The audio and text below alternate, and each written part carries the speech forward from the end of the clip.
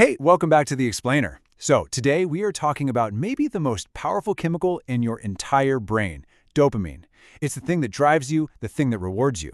But here's the deal. Right now, there is an all-out war being fought for your dopamine, and your attention, that's the battlefield. So yeah, let's get into it. Let me ask you a quick question. You ever pick up your phone, just for a minute, and then you look up and somehow hours have just disappeared? You've been scrolling this infinite feed, and instead of feeling good, you're just left with this weird kind of hollow feeling of guilt. If that sounds even a little bit familiar, you're in exactly the right place. Okay, so this is where it gets really interesting. It's like there are two sides to the dopamine coin. Over on the left, you've got fake dopamine. That's the cheap, super easy hit you get from just passively scrolling. It's temporary, takes zero effort, and almost always ends with that guilty feeling we were just talking about. But on the right, oh, that's the good stuff. Real dopamine. That's the reward you get from actually doing something. It's lasting, it comes from being active, and it leads to this deep, genuine satisfaction. And this whole cycle, chasing that easy, fake hit, only to feel worse and worse, it actually has a name. It's a system, really, and it's perfectly engineered to keep you hooked, keep you passive, and just keep you coming back for another empty hit. Welcome, my friend, to the dopamine trap.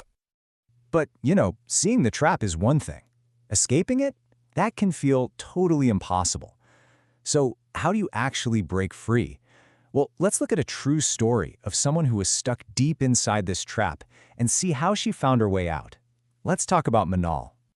So, Manal's daily routine, it probably sounds pretty familiar.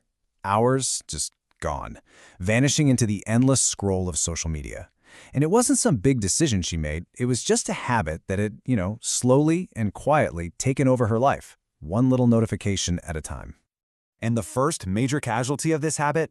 Her ambition. All the important stuff, the projects she was actually passionate about, even just simple chores, everything got pushed aside. That infinite scroll just became the ultimate procrastination machine. And what always follows procrastination? You know it. That crushing, overwhelming feeling of guilt. She knew what she should have been doing, but that magnetic pull of the screen was just too strong. It created this miserable cycle of doing nothing and then feeling terrible about it. And the end result of this whole spiral? A total shutdown. Her productivity just flatlined. She wasn't creating anything, wasn't learning anything, wasn't achieving anything. And that amazing, fulfilling feeling you get from a job well done? Poof, it was completely gone. So, Manal hit a wall. She knew something had to give. But here's the key. She didn't try some drastic, painful dopamine detox that, let's be honest, was probably going to fail anyway. Instead, she started this quiet personal revolution, and it was all built on one simple but incredibly powerful idea. Her entire strategy is right here on this slide. And honestly, it's brilliant. She just stopped trying to fight her urges with pure willpower, because that is exhausting, and it almost never works. Instead of resisting the bad habit, she just decided to replace it. One tiny positive action at a time. And what did she replace all that mindless scrolling with? Well, instead of just passively consuming, she started actively doing. She started practicing yoga. Instead of watching other people create things, she started making her own content. She even tried new stuff like water yoga, and she made a real point to connect with her friends in the real world. Every single one of these was a source of that real dopamine. Now, Manal's story is just one example. The source material for this whole explainer is packed with other small, totally accessible habits that create real dopamine. We're talking about stuff like a 30-minute fast walk, or just getting 15 minutes of sun in the morning, even just putting on your favorite music, learning a new skill, or eating protein-rich foods.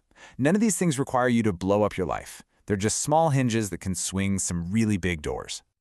Okay, this all sounds really great, but let's get into the mechanics of it. Why were these tiny changes so incredibly effective? I mean, how can swapping, say, 3 hours of scrolling for a 30-minute walk actually start to rewire your brain and break you out of that trap? Well, the answer is right here.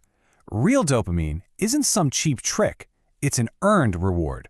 It's your brain's biological way of giving you a high five for doing something that takes a little effort, something healthy, or something creative. It's the kind of satisfaction that actually sticks with you, builds your confidence, and makes you want to do it again. Not because you're addicted, but because it feels genuinely good. And this quote from Dr. Imani Al-Farajad it hits the nail on the head. Happiness exists in many things, but sometimes we look for it in one corner.